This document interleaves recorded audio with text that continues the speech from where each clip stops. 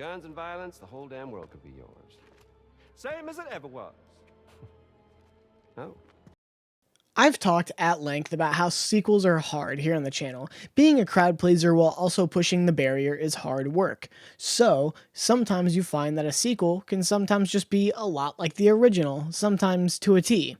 Gladiator 2, Star Wars The Force Awakens, Home Alone 2, and Die Hard 2 Die Harder are all examples of sequels off the top of my head that, in one way or another, intentional or not, are just retellings or remixes of an original story, but that's not always a bad thing.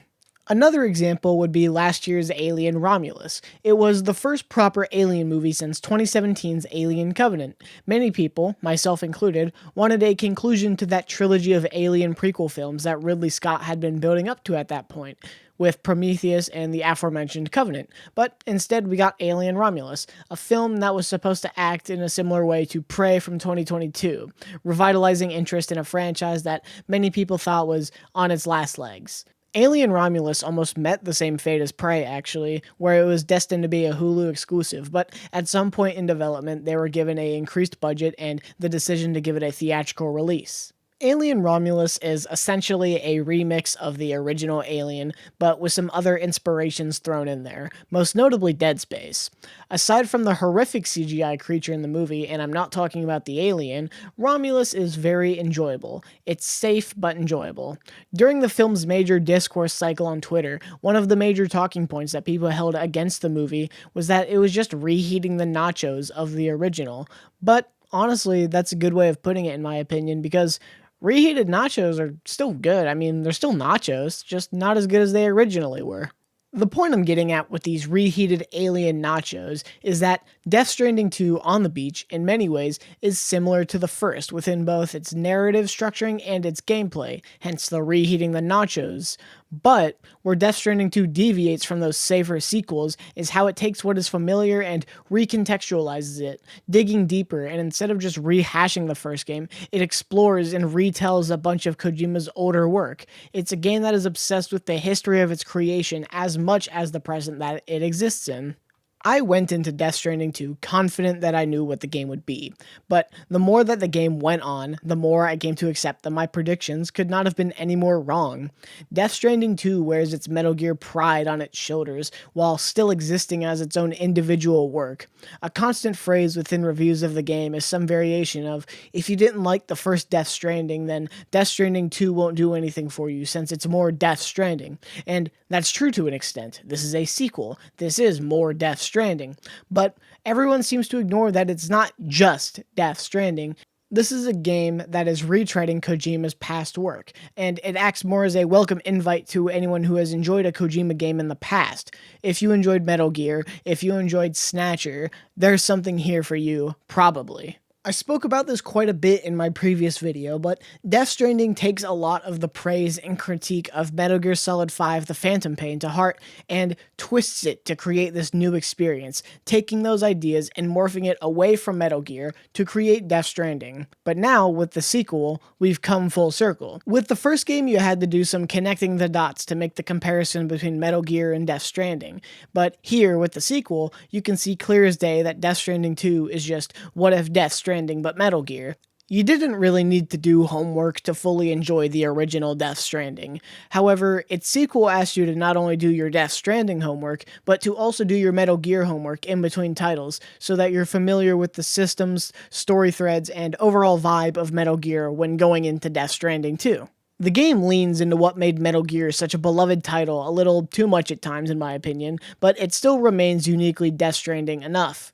It takes the goofy and the serious and combines them to create this emotional roller coaster that threw me for a spin at every possible turn. If Death Stranding was about zooming out and connecting all the wider dots to create a support network both physically and metaphorically, Death Stranding 2 zooms in to create a very personal journey about grief, loss, and the encompassing feeling of nothing ever being quite right. The too long don't care version of this video boils down to this. I think Death Stranding 2 doesn't quite surpass the original in my eyes because of just how incredibly tight-knit that game was. But Death Stranding 2 is still a fantastic sequel that trades tension, friction, and the subtle horror of the original with a larger spectacle experience that reflects on Kojima's past work with a lot of quality of life improvements. So today I want to take apart Death Stranding 2. I want to discuss what was changed and what remained and how they come together to complete the package of Death Stranding 2, pun intended. I'll be talking about pretty much everything major in the game, so here's your one and only spoiler warning. And another note that I want to add is that while it's not required, I do bring up ideas from my first Death Stranding video here in this video. I explain what they were and why they mattered, so it's not essential viewing or homework or anything like that, but if you want the full context, the video should be linked in the little card in one of these corners any second now. I also want to issue a little mini spoiler warning for Metal Gear Solid 2. It's a 20-year-old game, but I do talk about the twist of that game, so there's that little spoiler warning as well. But with that out of the way, this is me again tying together the knots of Death Stranding 2. Double knotting, you could say. Death Stranding 2 opens with a shot of what is presumably Amelie's beach, and we see these massive server racks with a time jump of 11 months following. The servers on this specific beach make a lot more sense toward the end of the game, but the choice to cold open on them was a bit odd. I guess it represents the constant chatter of social media and how it allows us to get a visualization of what the chiral network has turned into, but the cold open does draw enough intrigue to remain in the back of your mind throughout the entire experience. That's something that a lot of Kojima games have in common, the ability to throw so much at you and have you actually remember them until the end when it's all put together. It's a tough balancing act that these games manage to pull off often, and I love that. After the cold open on the server racks, in a similar manner to the first game, we see these wide frame shots of the Mexican landscape, and it blew me away when I first saw it. I genuinely thought I was looking at real footage of the Mexican desert until little Death Stranding creatures showed up. Then I realized it was fake. Then the song Minus 61 by Woodkid rolls in, and it establishes this almost massive scale, as if the game is telling you from the music that this game is going to be ginormous. And it is. Death Stranding 2 is a very large game. You can see this in the opening gameplay section. We see Sam on a cliff with Lou, who has now grown out of the pod, walking back to their secret shelter. The kilometer or so you have to go takes a while because of how massive this ridge of mountain is. As you walk along the ridge, there is land as far as the eye can see. The sense of scale in this game is gargantuan. My only issue with the intro to the first game was how much they felt the need to take control away from the player and show you a cutscene. And here they fixed that almost entirely. In the first 10 to 15 minutes, you rarely get interrupted. It's just walking. You get a feel for the game and can understand that, for the most part, Death Stranding is still Death Stranding. Believe it or not, the gameplay loop is pretty much the same. You're still just going from point A to B, delivering and connecting along the way. If you're like me and play these games back to back, one of the first things you'll notice is how structurally similar Death Stranding 2 is to the first. Even in the first hour or so, we can see these similarities. Sam is a hermit, he's found by Fragile, and Sam is given a mission to head out and connect various distribution centers to bring everyone back online, and there's this mystery that starts unfolding right from the start. Obviously, the proper nouns in the actual plot are different, but even in many reviews of the game, people have pointed out how similar the game is structurally to the first. It lends to this idea that Death Stranding 2 is a very derivative game, not like a Dying Light where it's derivative of an entire genre, but it's derivative of other Kojima games, as if he's looking back and making a greatest hits type of game. In my video on the first game, I constantly talked about just how much Death Stranding took from, and in some cases improved upon, the foundation laid by Metal Gear Solid 5, The Phantom Pain, but Death Stranding 2 takes this to another level. But I'll get to that in a moment, since we can see some of that DNA within the opening chapter itself. Within his shelter, we can see that Sam has been raising Lou as his own. There are pictures of them on the wall, and Sam is doing the best he can to be a father. Much like the first game, he's actually kind of reluctant to go and connect people to the chiral network, but for a different reason than the first game. In the first game, he thought it was just a pipe dream, something that people didn't really want. But here, he's afraid of leaving Lou. He also has concerns that expanding the chiral network will give the UCA colonial power over the world. He believes that it's an expansionist ploy to make everyone who is connected a part of the UCA, and he's not exactly wrong for believing that. One thing that we learned kind of early on is that bridges fell. It's no longer a thing. There's no president. The only president that they have is actually a private corporation. That's right, America is run by a private corporation in the world of Death Stranding 2. APAC's stated goal throughout the game is to try and make a world where only robots do deliveries and people don't go out. That way we reduce the risk of anyone getting hurt and people having to move and causing voidouts.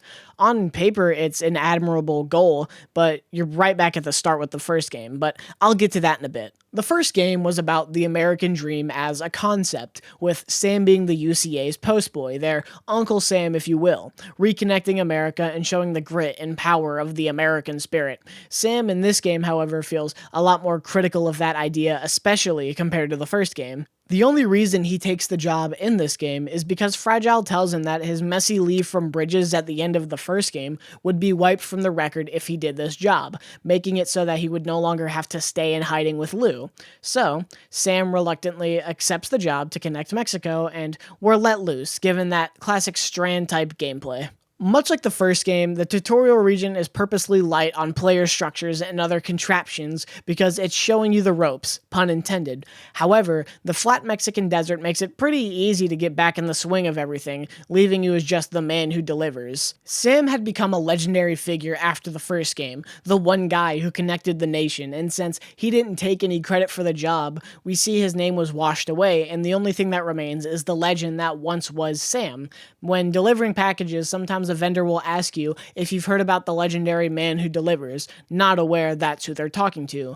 Uncle Sam became a legendary figure for the American method of pulling yourself up by your bootstraps, a task that is literally impossible. It is a part of Death Stranding's obsession with the naive concept of the American dream, as I mentioned earlier, but Death Stranding 2 kind of tears that idea down slightly.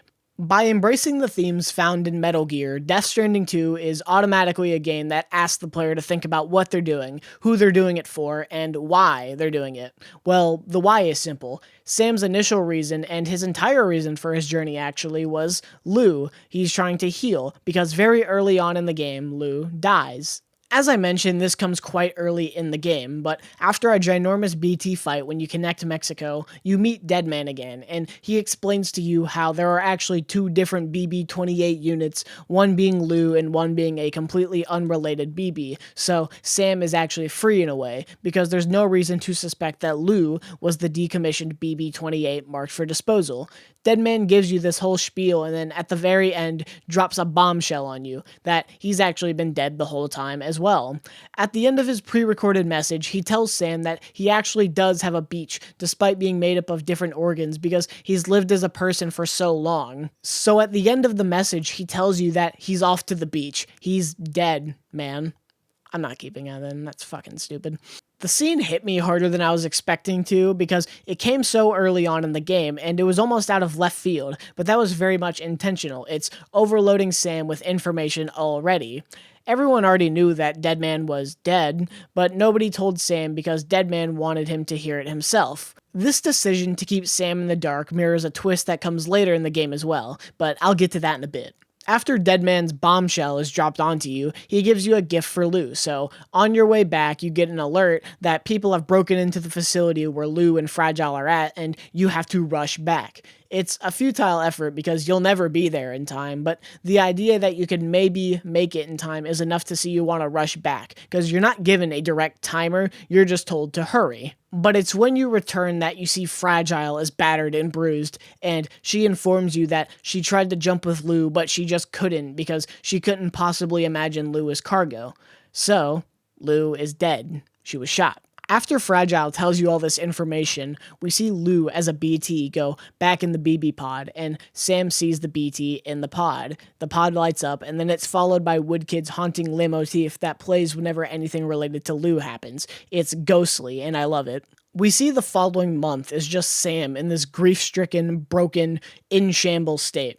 His shelter has a revolver, the same revolver that Amelie gave him at the end of last game, and he tries to kill himself with it. And much like the last game, he can't. Despite the gun being fully loaded, it just doesn't fire when aimed at Sam's head. So in order to allow Sam time to heal and process his loss, Fragile has him go connect Australia to the chiral network. The idea is that on this journey, Sam will maybe replicate some of the feelings he had towards the end of his last journey. Maybe it'll help expedite his healing process. Essentially, it's something to take his mind off of the loss.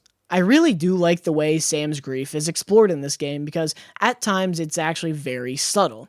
One such way is the mechanical implementation of Lou.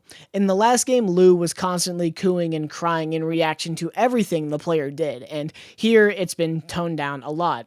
Lou doesn't make noises nearly as much as the first game. There isn't even a measured connection meter between the two of you anymore. Instead, it feels like a husk of that mechanic from the first game, and that's very much intentional. It's supposed to put you in Sam's shoes and make you feel the emptiness he now feels because Lou is gone. This isn't to say that you're alone on your journey through Australia. Instead of Lou, you have Dollman, a person whose soul got trapped in a doll when the Death Stranding occurred, and it gave him some doll powers, I guess, like the ability to control your Odredex sensor and to find BTs. Of course, you don't know this until the big reveal about 3/4 of the way through the game, and it's slightly foreshadowed as whenever you plug the BB pod in and you see the flashbacks like in the first game, Dollman can also see them, despite the fact that he really shouldn't be able to. I really like Dollman as a companion because he's not like a lot of other video game companions where he never stops talking. He actually talks very solemnly. He gives commentary every now and again, and he'll maybe say a quip or two, but he's pretty quiet throughout most of the runtime. He's more of a fun addition to Sam's crew, and I just really like Dollman. But going back to Sam's grief for a moment, I think the exploration of said grief really opened the door for him as a character separate from the player, in my opinion. When talking about the first Death Stranding, I made a point that I believe Sam was actually a very good player insert character because of just how much of a blank slate he came off as in the start. Granted, later on he was actually very important to the plot because who would have believed it? It was actually about Sam. But regardless, he served as a good anchor point into the world, and I found that his arc was often one and the same with the player's arc. Death Stranding 2 makes Sam a much more emotional character, and you can see that in Norman Reedus' performance. Where Norman Reedus is typically a more stoic type of actor, Death Stranding 2 gives him what is arguably his most vulnerable performance. You can see that Norman Reedus has this pain in the back of his throat whenever Sam speaks in a cutscene. He's tired, in pain, and he feels alone despite having an entire crew behind his back, especially because of the back-to-back death of Deadman and Lou. By the end of the game, Sam isn't this myth. He doesn't re-become Uncle Sam, the man who delivers. He isn't the greatest of great deliverers. He's just a man who still has a long way to properly heal, but is making progress, especially after the climax of the game, which I'll get to here in a bit. Instead of being focused on the myth of Sam Porter like the first game, going as far as to never even address him as anything other than Sam, signaling his choice to distance himself from Bridges and the UCA, the game instead focuses on the myth of Kojima as an artist, or rather the myth of Metal Gear. Metal Gear Solid 2 Sons of Liberty has a twist that is often considered one of the best in gaming. In that game, towards the end, it's revealed to the player that everything that they had been experiencing up to that point was a purposeful recreation of the Shadow Moses incident from Metal Gear Solid. The purpose was to train Raiden, the game's protagonist, into being the perfect soldier. You also learn that for some time, the kernel has also been the artificial intelligence called GW, and its purpose is to control thought and information in the digital age, because the digital age gives way to misinformation and the spread of too much trivial information. As a part of its big speech towards the end, the AI says, quote, "In this digitized world, trivial information is accumulating every second, preserved in all its triteness," end quote. If only the GW AI could see what's on Twitter today. Sons of Liberty is often considered one of the first postmodern video games because of what the game predicted for the future. It just so happens that the game was scarily accurate in said predictions of the future, especially when it comes to social media, fake news, the spread of misinformation, and how AI will be used in digital warfare.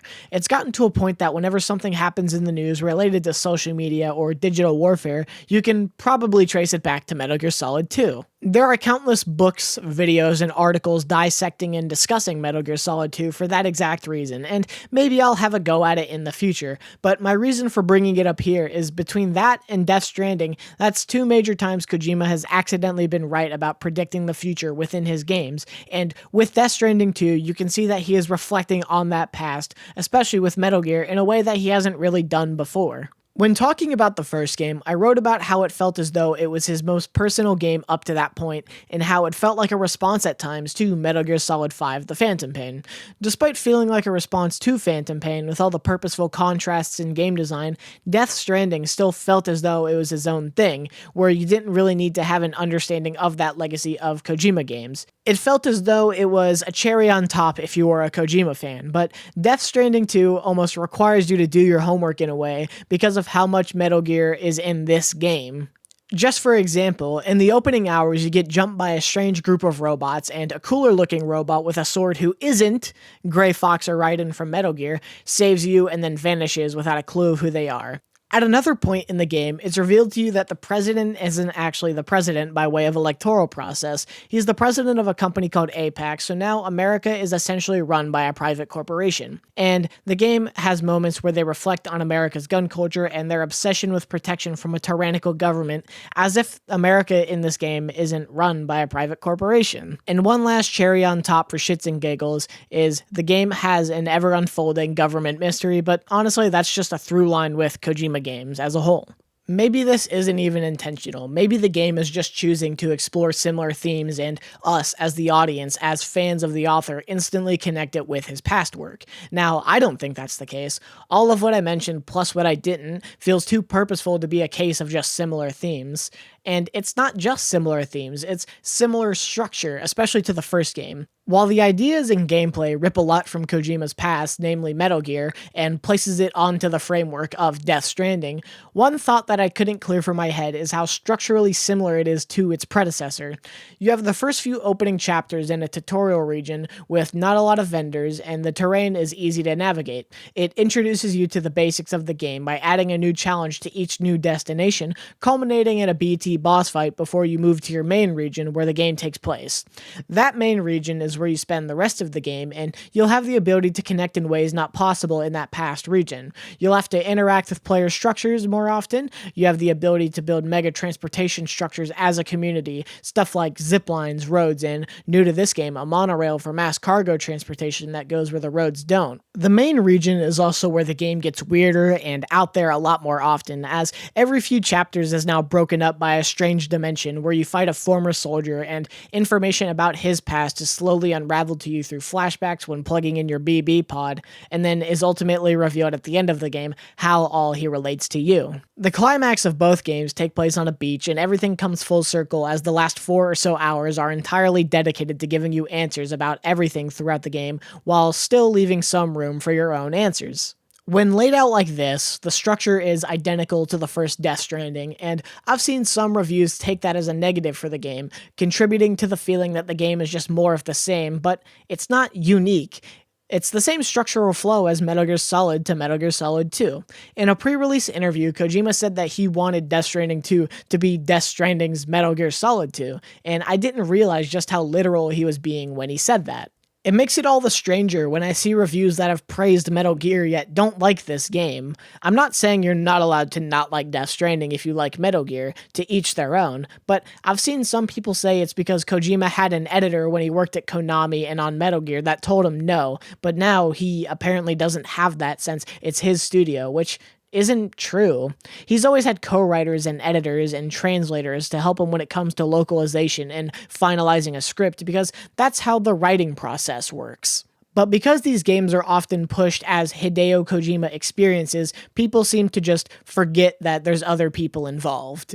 Auteur theory is essentially when one person is given credit for the collaborative effort of something like a film or a game, and they're cited as the sole author. Kojima is seen as one of the few auteurs in the gaming industry because the games he directs are so his own. You can distinguish a Kojima game from others, for better and for worse. He smacks his name on everything, and because each work feels like his own, especially with Death Stranding where it feels so personal and he's so involved with the process of the game, it can feel like his baby even if he didn't design design the character models or he's not the one coding the gameplay.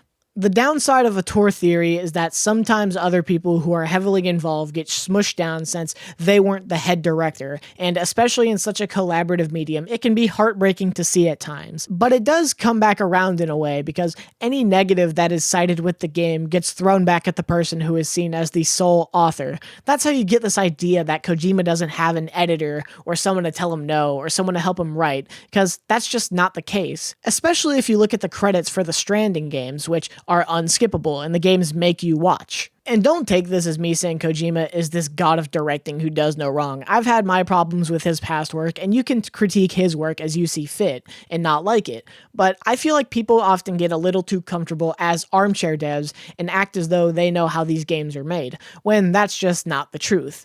The idea of an armchair dev can also nicely circle around to the theme that is unique to this game, and that is the idea of should we have connected.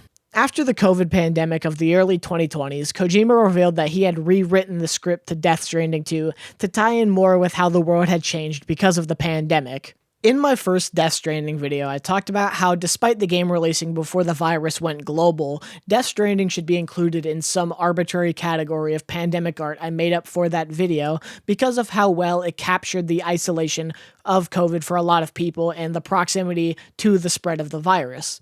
This game handles that idea by taking into account just how much we've connected online throughout the COVID era.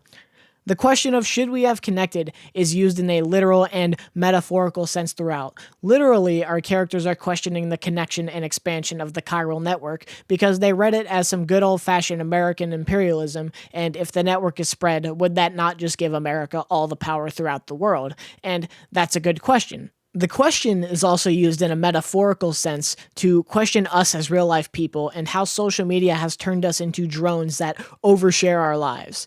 As I mentioned earlier, it was a big marketing slogan for the game, but the game doesn't do much on the surface to dictate that big push for marketing, aside from the aforementioned idea of American imperialism throughout the game.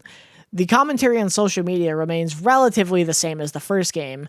The game uses social media in a way to commentate how we will seemingly do whatever we want for likes, even if that includes putting down worthless signs in a pathway that everyone travels on so you can get likes despite not adding anything to the world. Fuck you if you do that. Jokes aside, I actually saw quite an interesting Reddit post when doing some research in big air quotes around the game that supports the idea of oversharing and not adding anything to the world in a way. I'm not going to share the poster's name or anything, but the post reads, quote, "I'm done with the social aspect of Death Stranding 2. There's been days when I've stopped playing because there's no reward for contributing to the world. I've spent many play sessions just contributing, gathering materials, building roads, upgrading other player structures, and mashing out likes for every player that I see." The post continues, "I don't use roads anymore because I simply don't need to, so why should I waste my resources and time on something that the game doesn't award me for? I feel alone in this game. I don't feel connected. Half the magic of the game is gone for me now." End quote. This player had become so addicted to likes at the bottom of the screen that he found himself enjoying the game less when those likes, that attention, was not being sent his way. This is by no means a condemnation of this player or a psychoanalyzation of them as a person, but it's an interesting contrast to me personally because while I've talked about the nice high that comes from getting a metric assload of likes when logging on, it's because it comes from the effort that I placed when building these roads and zip lines. It's not why I play the game. For me, the rough idea of helping even a dozen people is enough to keep connecting, never mind the thousands of people that I've helped with my roads and zipline networks. If you've played the game at all throughout the launch window, there's a chance that we got slotted into the same server, and there's a good chance that I've helped you or you've helped me with one of our builds. It's a cool feature of these games that is only really replicated in other games with the advent of stuff like build guides on the internet. There is no game that does it quite like Death Stranding, though. Going back to the post for a minute, in his second to last paragraph, the poster adds, "I'm wasting my time in a world I expected to love every minute of. It's depressing, it's disappointing, it's exhausting." I see players who haven't done half the work I got and have 300,000 likes on roads I only have 96 likes on. I see bridges placed on flat grounds with 500,000 likes, while mine over a massive crack has 11 likes. Most of it is placed to help others, not myself, end quote. You can see that this poster is very frustrated. It's the same feeling I've seen when other small channels on YouTube around my size express disappointment when a video they worked on doesn't do well. It's that immediate shift of blame to someone more successful, when in reality, it's an algorithm, it's random chance. And this isn't me trying to sit on some moral high horse. This is just an observation with both YouTube and Death Stranding, a fun little comparison that I noticed. I'm glad this post exists because it allows me to see into the mind of someone who thinks this way about Death Stranding, even if it is just one person, because there's that clear contrast there. He's placing everything for other people, yet he's not feeling reciprocated when it comes to his likes, while other people are placing stupid shit and they get a lot of likes. But on the topic of connection, I wish Death Stranding 2 had expanded on the social concept a little more, because as it stands, the social commentary seemingly falls secondary to the Metal Gear government paranoia thriller that's going on. During one part of the game's climax, after the chiral network's activation across the continent, the president of the private company sort of running America following the disbandment of Bridges betrays your crew, revealing that he is in fact an amalgamation of 4,000 deceased human souls connected to the APAC server.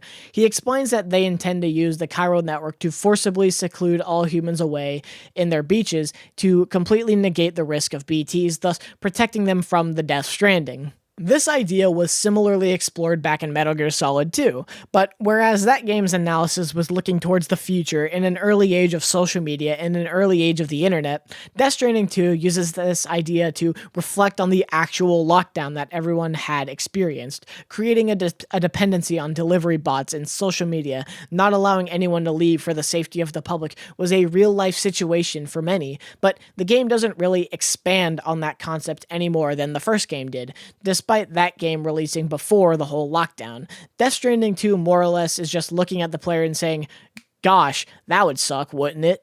One social change that Death Stranding 2 does is that it does away with the emails from the first game and replaces it with a centralized social strand system social media feed, which is a tongue twister, and I've messed up this line too many times. I absolutely adored the first game's emails, as they were all just personal messages to Sam explaining how you helped them out, or just explaining what they did that day. They were keeping up with somebody who had helped them out, and Death Stranding 2 keeps up that energy on that social media feed. It makes you feel as a larger part of something, a wider community, but it misses out on that personal feeling of connection, and I guess that could be read as the game's commentary on how social media has stripped us away from individual connection onto a wider plane of likes and whatnot.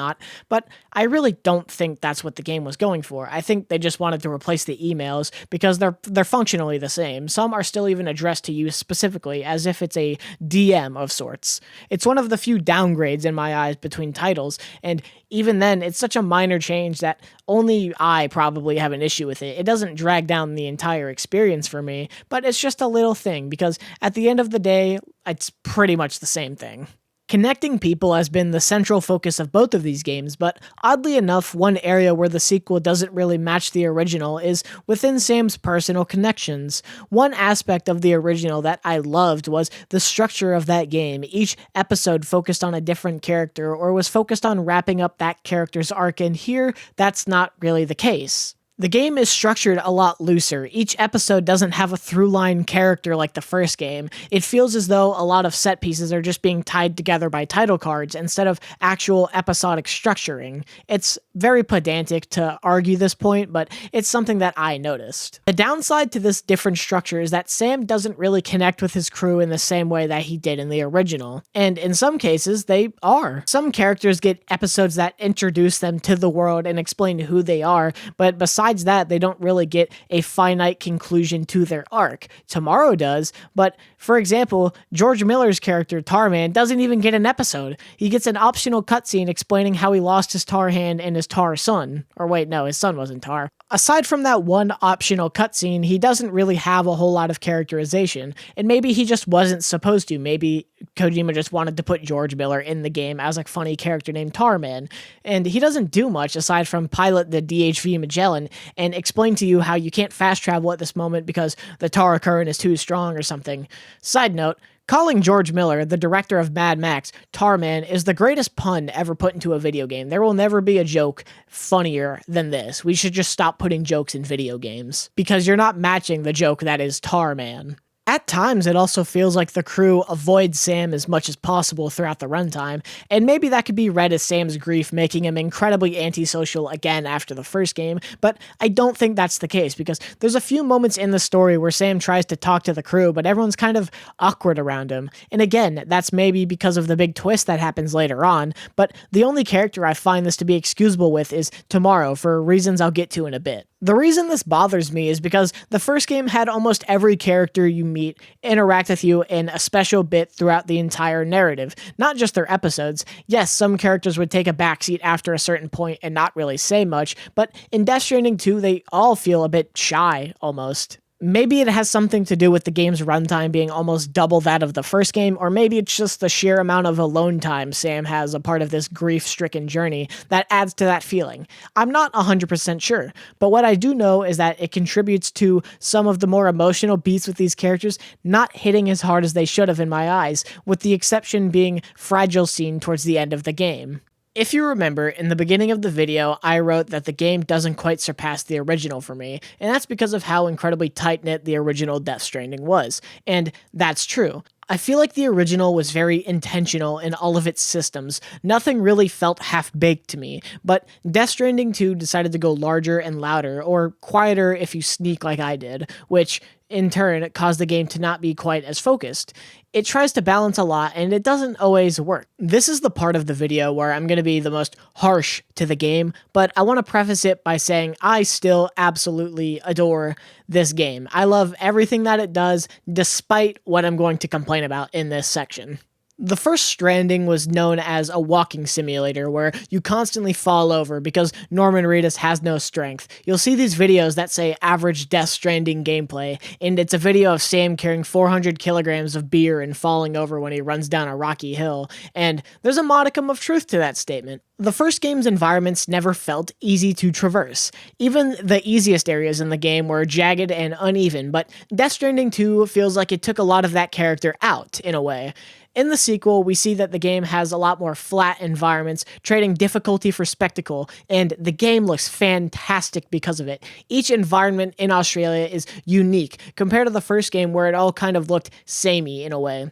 The game is clearly going for something different. It's not trying to be more of that uneven, jagged terrain, and the revamped focus on combat shows that. I'll talk about the combat here in a bit, but it feels easier as a whole, even on very hard. Whereas the first game made you slog slowly from area to area in the first 5 or so hours, where it includes one of the best payoffs in any game I've experienced with the Asylum for the Feeling needle drop, Death Stranding 2 doesn't really make you struggle nearly as much as the first game. The starting area of Mexico is similar to the first game's starting region because it teaches you the basics. The order of which you're taught these basics changes from title to title, showing you that the game now has its priorities in combat.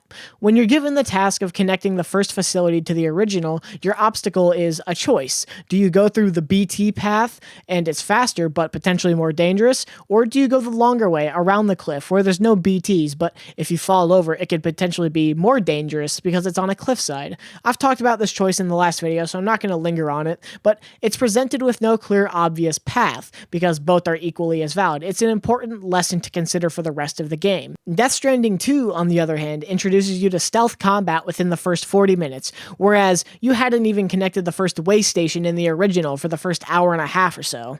Combat is briefly introduced after that first way station, but isn't really even incentivized, since the game kind of tells you to just run away, don't worry about those enemies just yet. This is where the difference in the two games lies. In pulling more from Kojima's past work, the game feels the need, or the want, to pull the action out of those past experiences and bring them into the modern day, whereas the original was something wholly unique with only loose parallels between Phantom Pain and other games, but mainly Phantom Pain. I've spoken time and time again how the original felt as though it was parallel to Phantom Pain, whereas Death Stranding 2 straight up feels like a sequel in a lot of ways to Phantom Pain. In the original game, it takes you quite a bit before you unlock an actual gun, multiple hours at least. Not just a bola gun, but like an assault rifle or a shotgun. But in Death Stranding 2, you unlock guns very early on so you can fight BTs and humans more often. In Death Stranding 2, you actually unlock guns before you unlock the PCC structure to make communal builds. The game is quite literally giving you the stick before it gives you the rope. Maybe I'm looking too far into it, but it indicates to me that the game was more interested in violence compared to helping. Maybe that's the real critique of social media. Maybe it was social media that pressured the studio into adding guns before construction equipment. Or maybe I'm just losing my fucking mind. I don't know. I'm crazy. The enemy camps in this game play like a Phantom Pain base, where you can sneak through or sit on a hill with a suppressed sniper rifle and take out enemies one by one.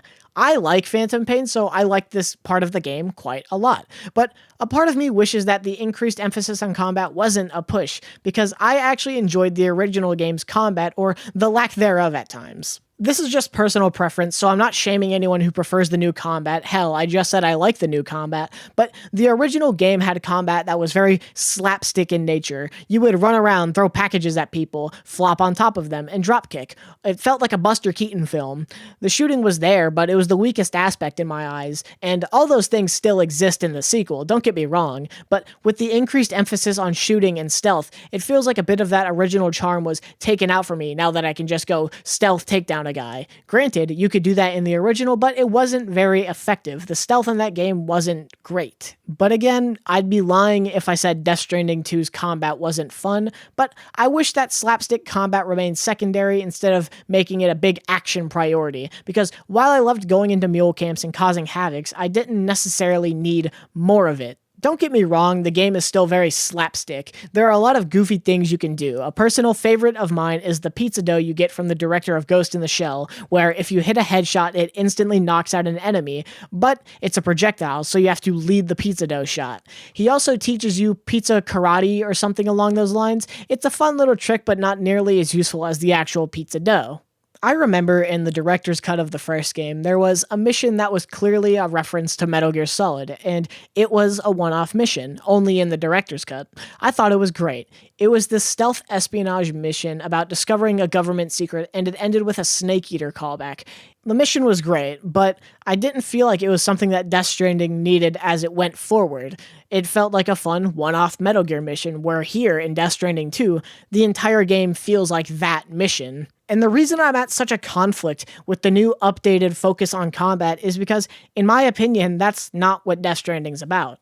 It's about the traversal. Traversal is the lifeblood of Death Stranding. I briefly mentioned it a bit ago when I was talking about the trade-offs and how the sequel decided to take that combat-heavy approach, but I'm not going to sit here and act like this game isn't still mostly walking around delivering shit. The game is just a bigger, more expansive Death Stranding, so it comes as a surprise to no one that the game has more tools to get around the environment, which, as a whole, are generally easier to go through. You get this hover coffin that rides like a skateboard, you get a better version of the trike from the last game, the truck is still here in all of its glory, zip lines, roads, monorails, and more exolegs. There is so much here to play with that it feels overwhelming at times. But a part of me wonders what's the point of going bigger and better with these vehicles if the terrain is just easier to navigate through, generally speaking. In the original Death Stranding, vehicles only truly felt effective once you managed to build the road. Granted, you could take the vehicles off-road, but they would often do stuff that you didn't want them to do. Like if you hit a rock, the truck could just go up on its two front legs, and the back two tires are just suspended in the air for a bit. It was weird. The game had weird vehicle physics. But here in the sequel, the vehicles feel like they're equally as effective off-road as they are on-road, especially with stuff like the aforementioned hoverboard, where it can literally drive on water, which is cool. It's awesome. I absolutely love that. But it just questions what's the point of building the road. And the game has a lot of these weird little trade-offs where on the surface it doesn't really matter all too much, but then you think about it a little bit and it's just like, yeah, that's weird. Why did they do that? One such change that correlates with that is the change to material farms. In the original game, the big build was solely the highway system. It was material heavy, and in order to build it, you would constantly have to raid mule camps in order to jack their materials for the roads, as well as take whatever you could from various vendors around the map and pick up random stray materials you find while walking. But Death Stranding 2 is so much larger than the first that they got rid of the grind because they almost had to. You would not be able to go to mule camps 24/7 and just jack their materials. That would not be fun, because not only do you have to build the highway, you have to build the monorail and your zip lines, and you have to upgrade all those stuff, and it would be a lot more hassle than it's worth. So, in Death Stranding 2, they kind of made an economy? In the first game, resources were independent of one another, but in the sequel, they introduced the concept of mining materials, so that way the monorails and highways are easier to build, considering just how much there is to build. The map is significantly larger after all. Mining is done by converting chiral crystals into the mine, and then a certain amount of materials will come out in exchange depending on the level of the mine. In concept, this is a good idea, a great idea even.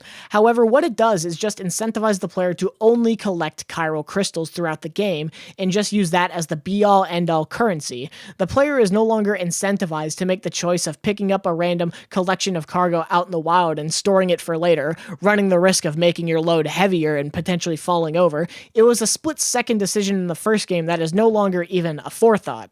I don't remember picking up packages like that in the sequel. Granted, that is anecdotal, but I feel like a lot of people had similar experiences. Correct me if I'm wrong below, though. This is a pure nitpick, but I don't really enjoy the mining system as it exists now. It's an abject good for the game. It makes the grind easier.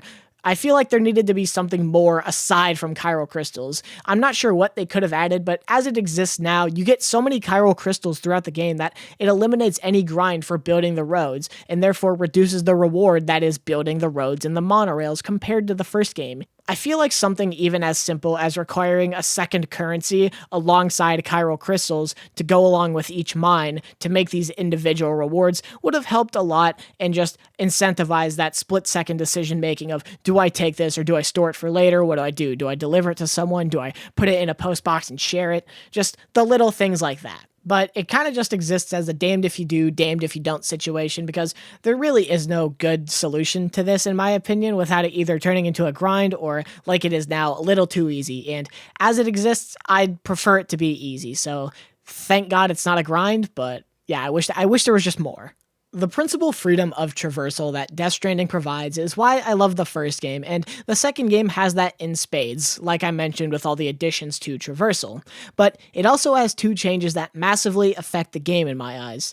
The game is less of a horror-focused game than the first game, that's fine, but when it comes to BT encounters, you actually encounter them very little across Australia. Australia is a lot more friendly than America from the first game, which is funny to think. Focusing less on BT encounters and making traversal a tad bit easier reduces the friction that I love so much about the first game. It made your accomplishments and future builds that much more impactful, and in Death Stranding 2, it doesn't quite strip it entirely, but it does reduce the progress just a bit in my eyes. It roughens out the edges, so to speak, but those edges didn't really need refining, in my opinion.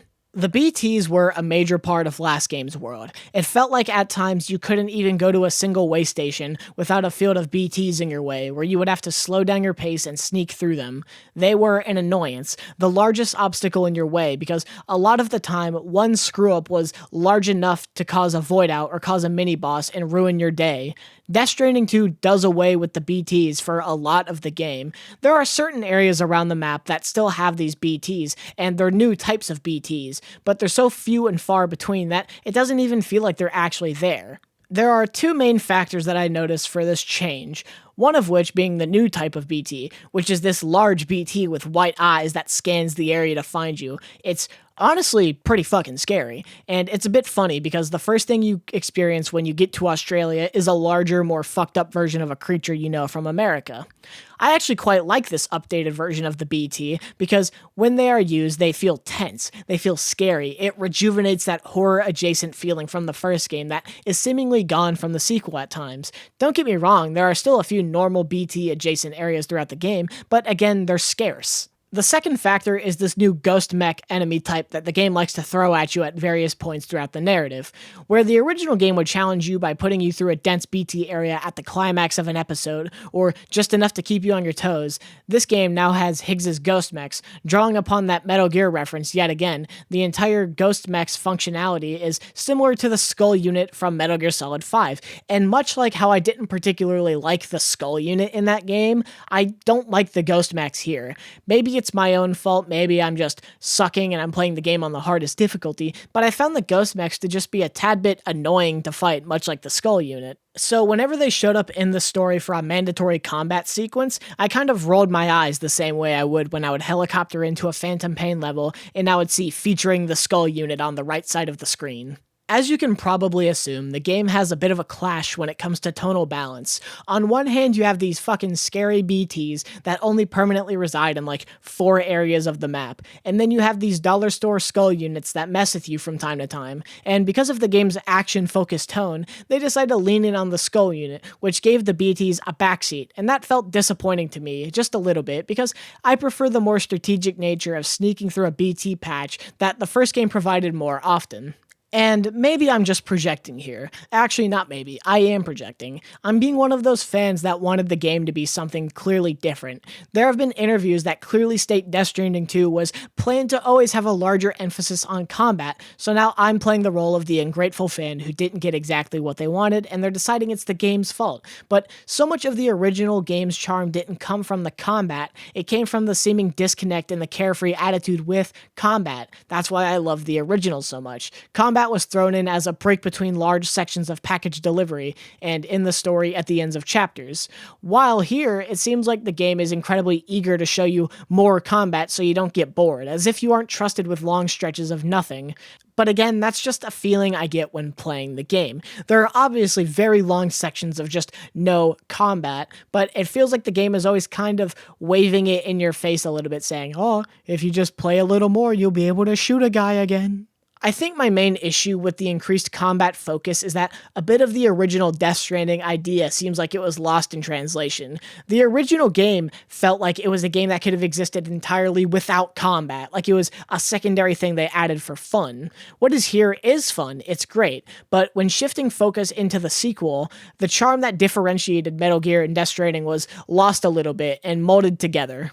Let me put it this way. Despite my enjoyment of the combat and the stealth that this game offers, when I think of Death Stranding as a whole, I think of the moments from the first game, when you clear the first region and you're at the top of the mountain like the aforementioned Asylum for the Feeling needle drop, and it's a clear shot to Port Knot City. I think about the delivery of Mama to Lochna as they merge into one. I think about the scene on the beach where you literally cannot do anything other than watch the credits and have Amelie explain the game to you. I think about the emotional exchange between you and Die Hardman at the end of the game. I think about everything with Clifford Unger at the end, that one long 40-minute long cutscene. Drop-kicking guys and throwing packages at their head comes second to that.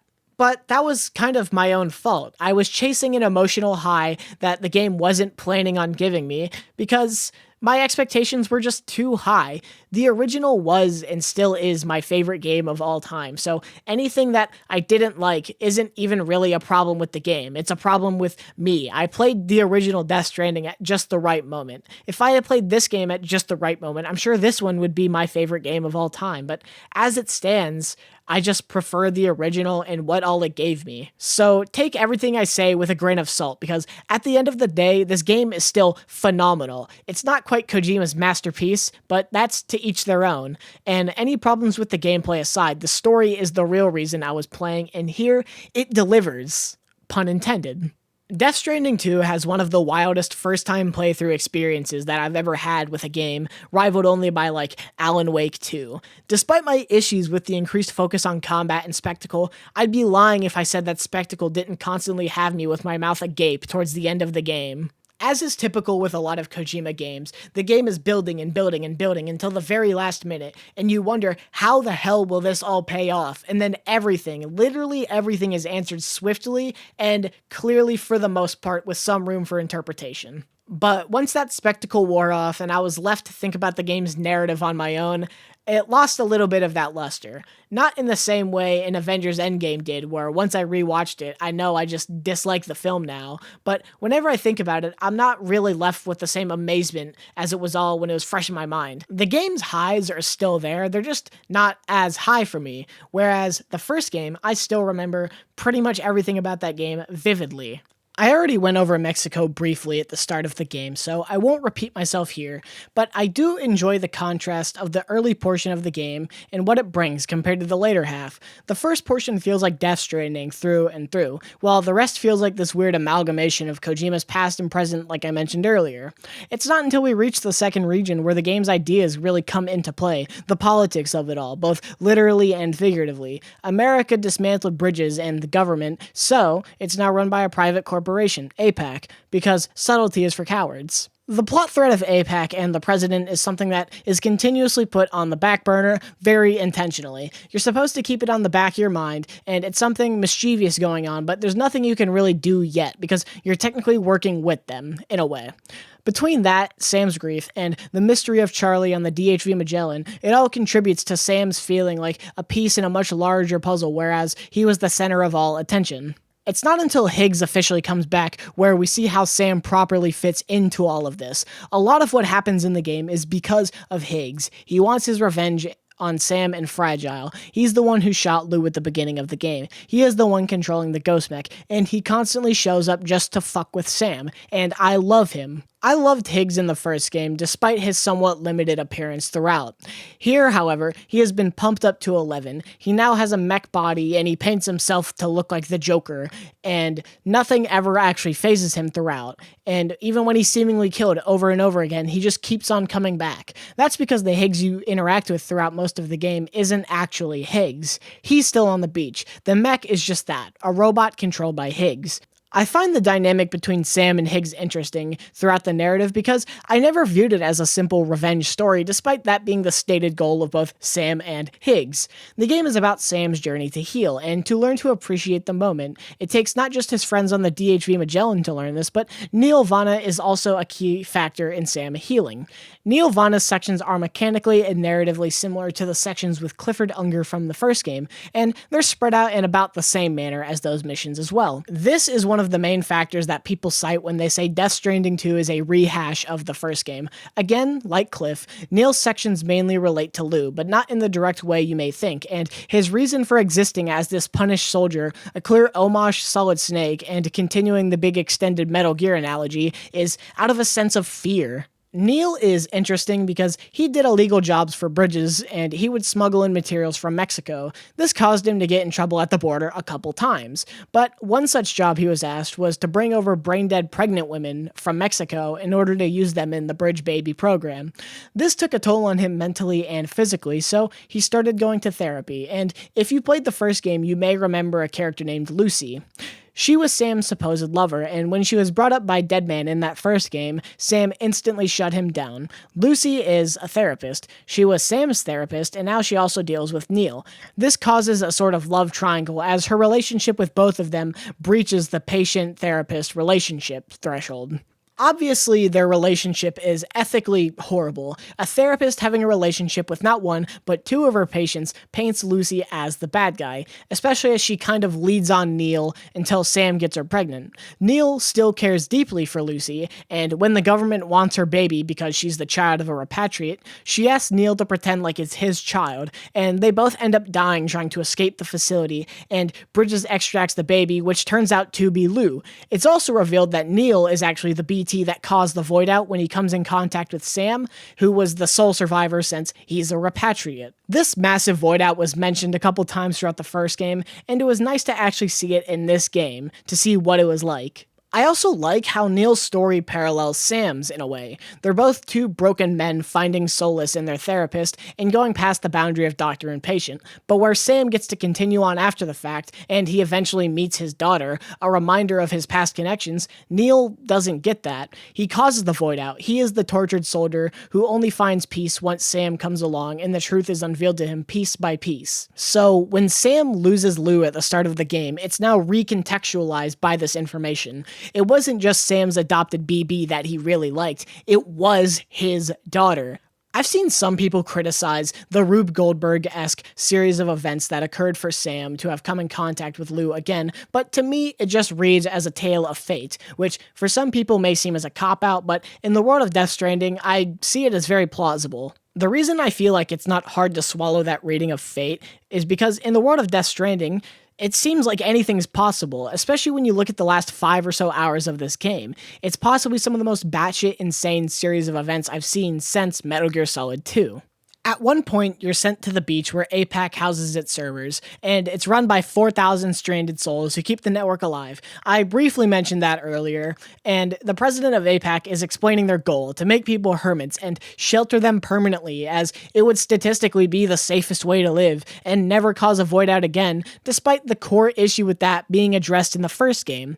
In the first game, entire cities were wiped out easily because if just one person kills themselves without anyone knowing, their BT can easily cause a void out. So, the AI computers that it's still the safest way to live instead of porters who can get caught. So instead they'll have Uber Eats DoorDash robots who deliver everything, stripping everyone of any freedom they could possibly have and forcing them to live in solitude. But again, it doesn't fix that core issue because what drove people to suicide in the original game was being lonely, and just isolating everyone doesn't fix that problem. But while the president is explaining all this, Charlie, your robot companion aboard the DHV Magellan, who is voiced by Tommy Earl Jenkins, shows up and starts this whole elaborate song and dance number to BB's theme.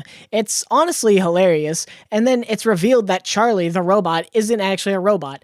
It was Die Hardman in disguise the entire time aboard the ship.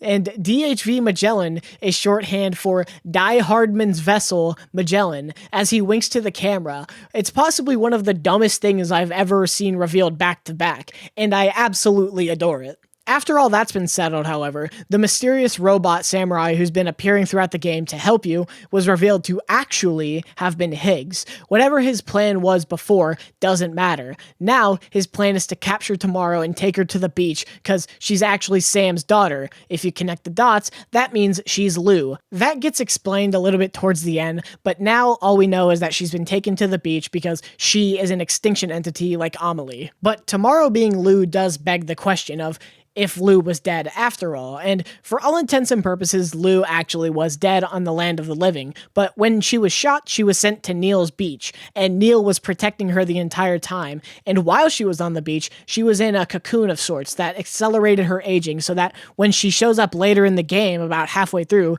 she's Tomorrow. That's why Tomorrow is essentially like an infant when you first find her. It all ties everything together in a big knot, pun intended. Neil's story, Sam's story, Lucy's story, and Lou's story all come together to form this elaborate narrative, even though throughout most of the runtime you're left guessing and are only subtly told throughout, but then once you connect the dots, it all makes sense. Before the big set piece on the beach, however, the game asked you to do your big walk from one end of the map back to where you started, retracing your footsteps. When they did this in the first game, it was one of my favorite missions, and here it's similar. I love how it gives the game a chance to shine graphically, even though it's been doing that the entire time, but here, it's just bragging at this point. I love the music and how it fades in. I love the different needle drops. I love everything about this. On my way back to Mexico, I actually took a route that I had never taken up to that point. It was an unexplored region of the map, and I thought it was pretty cool. I was walking along the coastline. The reason for walking all the way back to the start of the map is because Sam needed something to tie him back to the beach where Amelie almost caused the final extinction, since that's where Higgs is at. This section in Sam's shelter is haunting, however, because last time we saw it, the shelter was a wreck, and Sam was also a wreck after Lou died, but now when we get back, the shelter is suddenly tidy, put together, and Lou is just chilling in there. But every time you go to interact with Lou, she disappears, and it's just Sam imagining things. It's fucking heartbreaking when you pick Lou up out of the chair and where she was eating and place her into bed, only for it to cut back over the shoulder, and it's just a teddy bear there. There's no Lou. She's still dead. Or another moment is when you walk over to Lou, who's playing with some bricks, and then you go to play with her, but then you just knock over the bricks because Lou isn't there. But what really caps it off for me is when you leave the shelter and it cuts back to the room one more time, and you see it's actually still the same mess it was left in. Sam just chose not to see the mess, and it's really just a haunting visual to end it off on. We can see here how Sam is just not processing this. He's not okay. And this comes off the back of an earlier scene in the game that also stuck with me, where Sam learns that Lou has been dead the entire time, fully just dead, no BT in the pod. Throughout the game, you still had your BB pod, and Sam saw Lou's BT in the pod, so he kept her as part of the journey. Maybe it would help bring her back, or it would at least keep him safe, or that the Odra deck could work, and hopefully Lou would be there one day. But Instead, he wakes up and he can't see Lou in the pod anymore. Dollman and Fragile explain to him that the pod was always empty, and he was merely just coming to terms with reality, finally. Nobody told him because they wanted him to heal on his own terms, and obviously, Sam doesn't take that news lightly, but one moment in particular stuck with my mind. Even earlier in the game, when you leave to deliver some more packages, you get a cutscene where you're caught in the background of a photo where all the girls aboard the DHV Magellan are posing with a Polaroid camera. In the photo prior to the scene, you can see Luz BT in the pod, but during this scene, you revisit the photo, and you can see that the pod is clearly empty and almost ghostly. These two scenes, despite being hours apart, are a massive 1-2 gut punch, and they caused me to get a bit teary-eyed when you fast forward to Sam's shelter.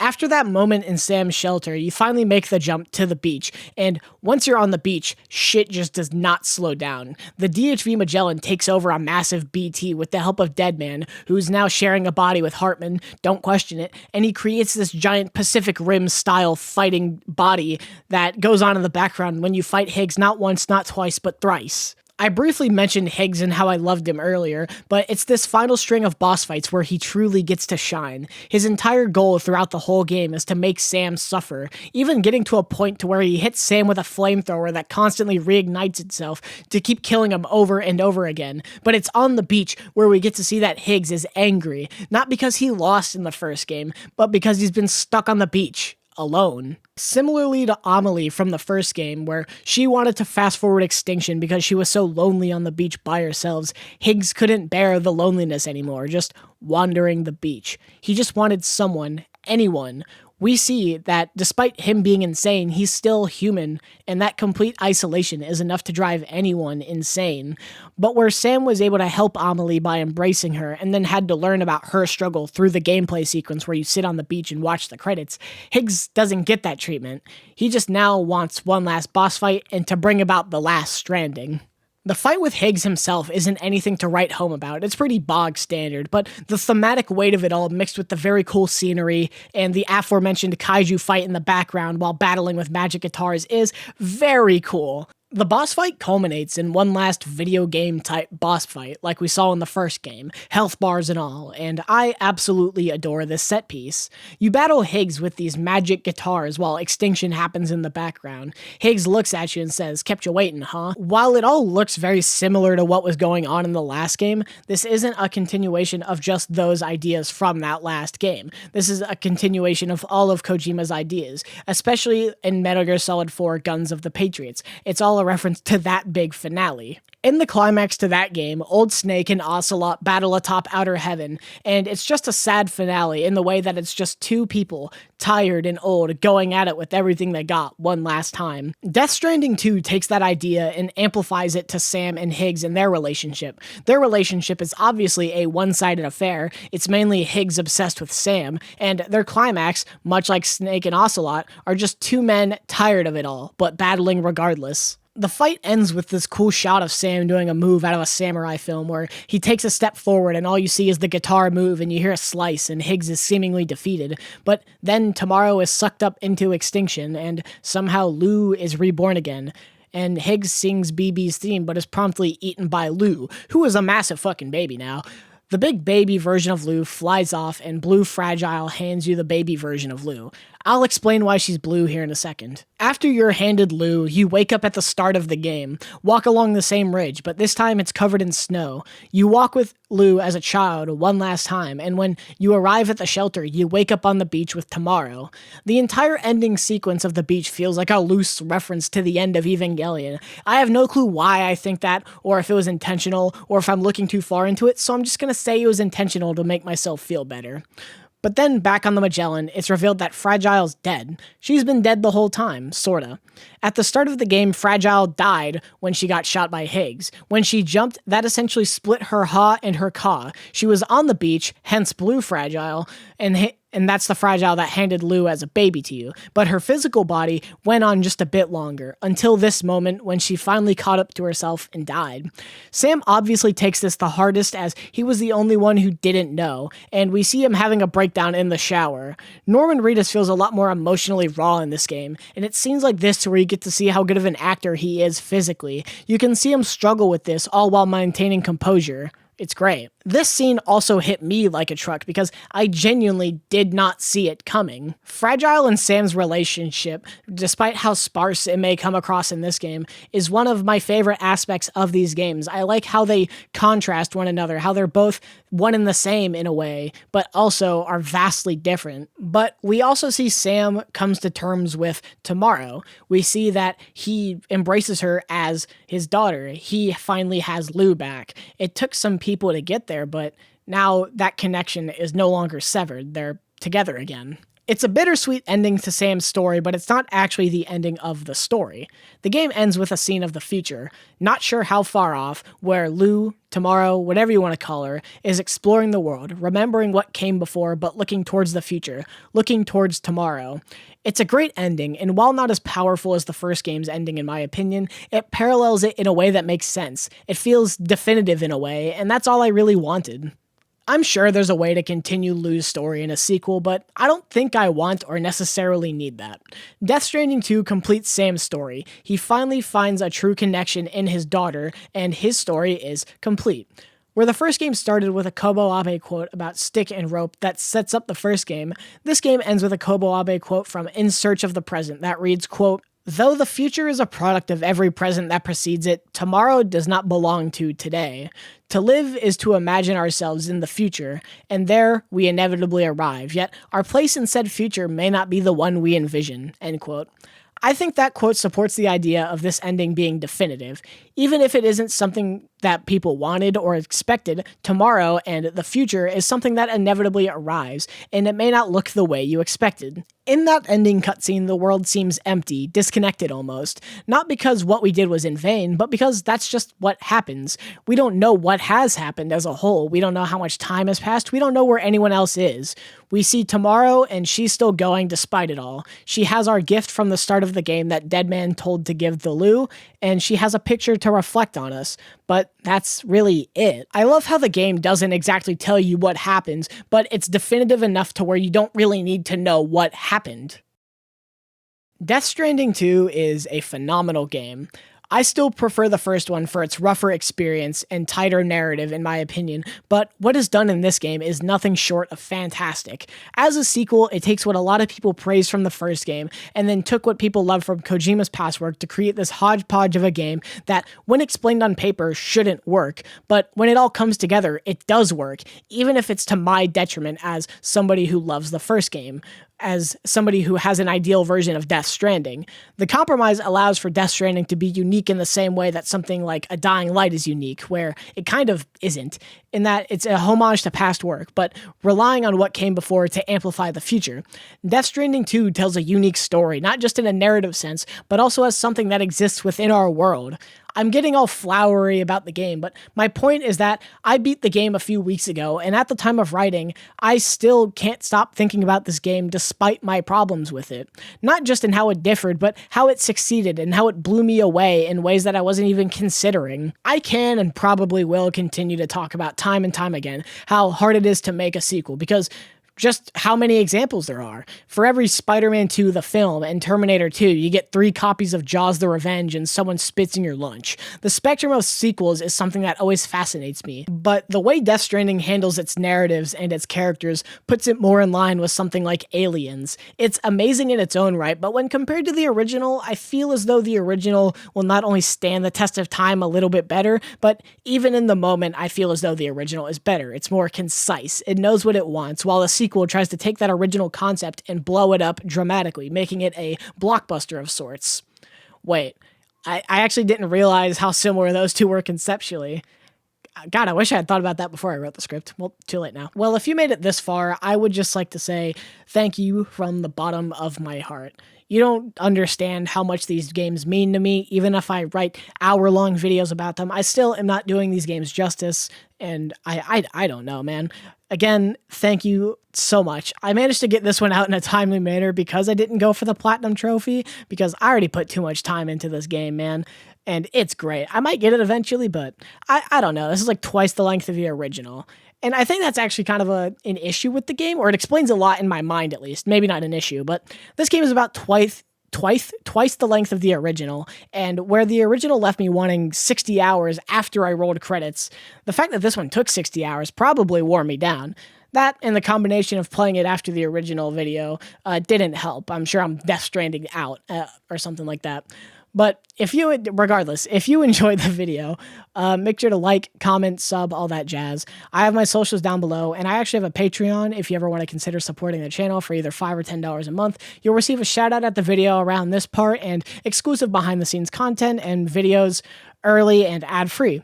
You'll also get some other lickies and chewies, but with that out of the way, thank you for watching so much, and I'll see y'all in the next one. Later.